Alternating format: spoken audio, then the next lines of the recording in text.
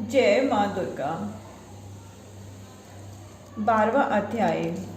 मैं 3 नेत्रों वाली दुर्गा देवी का ध्यान करता हूँ।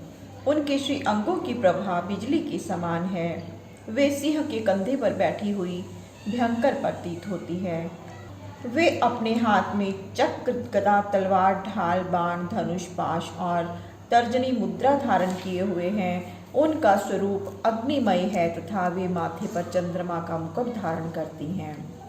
देवी बोली कि देवताओं, जो एकाग्र चित्त होकर प्रतिदिन इन स्तुतियों से मेरा स्तुति करेगा, उसकी सारी बाधा मैं निश्चय ही दूर कर दूंगी। जो मधु कैटभ का नाश, महिषासुर का वध तथा शुंभ निशुंभ के संहार के प्रसंग का पाठ करेंगे तथा अष्टमी, चतुर्दशी और नवमी को जो भी एकाग्र चित्त हो भक्ति पूर्वक मेरे उत्तम महात्म का श्रवण करेंगे, उन्हें कोई पाप नहीं छू सकेगा।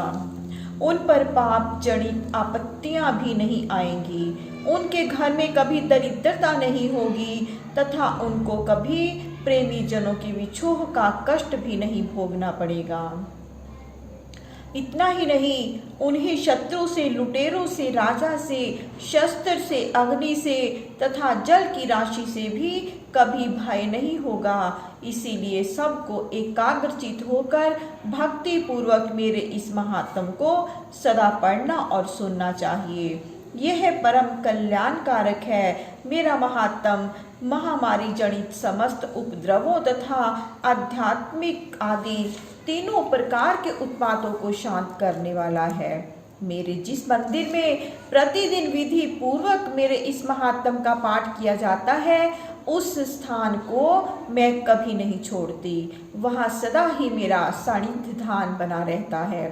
बलिदान, पूजा, होम तथा महोत्सव के अवसरों पर मेरे इस चरित्र का पूरा पूरा पाठ और श्रवण करना चाहिए।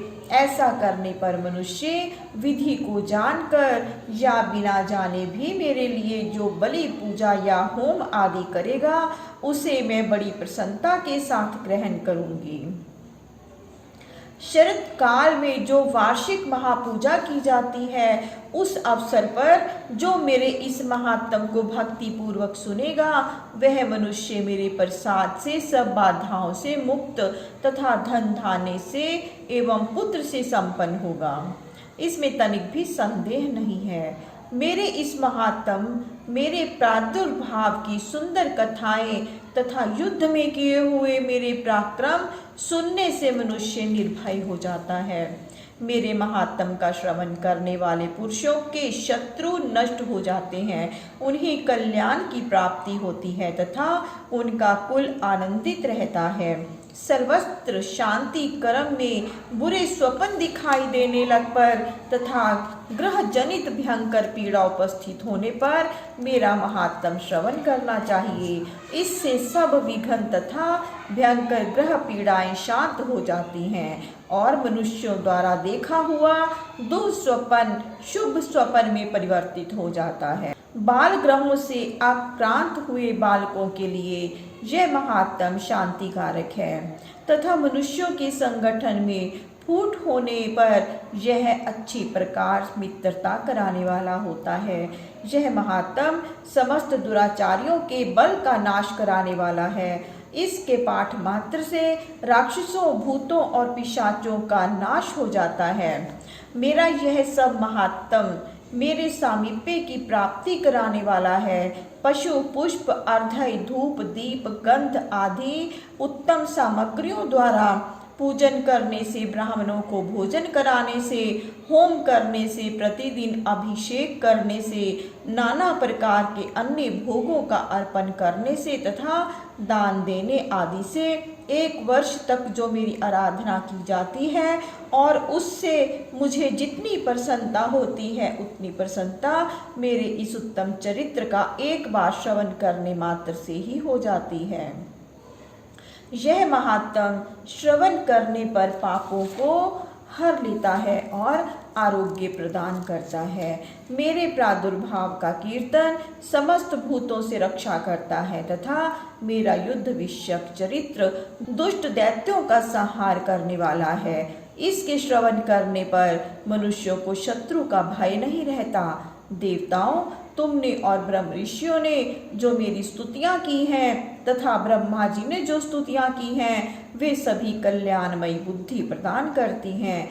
वन में, सूने मार्ग में अथवा दावानल से घिर जाने पर, निर्जन स्थान में लुटेरों के दाव में पड़ जाने पर, या शत्रुओं से पकड़े जाने पर, अथवा जंगल में सिंह, व्याघ्र या जंगली हाथियों के पीछा करने पर, कुपित राजा के आदेश से वध या बंधन के स्थान में ले जाए जाने पर, अथवा महासागर में नाव पर बैठने के बाद भारी तूफान से नाव के डगमग होने पर, और अत्यंत भयंकर युद्ध में शस्त्रों का प्रहार होने पर, अथवा वेदना से पीड़ित होने पर, कि बहुना सभी भयानक बाधाओं के उपस्थित होने पर जो मेरे इस चरित्र का स्मरण करता है, वह मनुष्य संकट से मुक्त हो जाता है। मेरे प्रभाव से सिंह आदि हिंसक जंतु नष्ट हो जाते हैं तथा लुटेरे और शत्रु भी मेरे चरित्र का स्मरण करने वाले पुरुष से दूर भागते हैं। ऋषि कहते हैं कि यूं कहकर प्रचंड पराक्रम वाली भगवती चंडिका सब देवताओं के देखते देखते वही अंतर्ध्यान हो गई। फिर समस्त देवता भी शत्रु के मारे जाने से निर्भय हो पहले की भांति यज्ञ भाग का उपभोग करते हुए अपने अपने अधिकार का पालन करने लगे। संसार का विध्वंस करने वाले महाभयंकर अतुल पराक्रमी देव शत्रु शुंभ तथा महाबली निशुंभ के युद्ध में देवी द्वारा मारे जाने पर शेष दैत्य पाताल लोक में चले आए। राजन, इस प्रकार भगवती अंबिका का देवी नित्य होती हुई भी पुनः पुनः प्रकट होकर जगत की रक्षा करती हैं। वे ही इस विश्व को मोहित करती हैं, वे ही जगत को जन्म देती हैं तथा वे ही प्रार्थना करने पर संतुष्ट हो विज्ञान एवं समृद्धि प्रदान करती हैं। हे राजन, महाप्रलय के समय महामारी का स्वरूप धारण करने वाली वे महाकाली ही इस समस्त ब्रह्मांड में व्याप्त है। वे ही समय समय पर महामारी होती है और वे ही स्वयं अजन्मा होती हुई भी सृष्टि के रूप में प्रकट होती है। वे सनातनी देवी ही समयानुसार संपूर्ण भूतों की रक्षा करती है। मनुष्यों के अभ्युदय के समय में वे ही घर में लक्ष्मी के रूप में स्थित हो उन्नति प्रदान करती हैं और वे ही अभाव के समय दरिद्रता बनकर विनाश कारण होती हैं। पुष्प, धूप और गंध आदि से पूजन करके उनकी स्तुति करने पर वे धन, पुत्र, धार्मिक बुद्धि तथा उत्तम गति प्रदान करती है। जय माँ दुर्गा। बोली भगवती माता की सदा ही जय।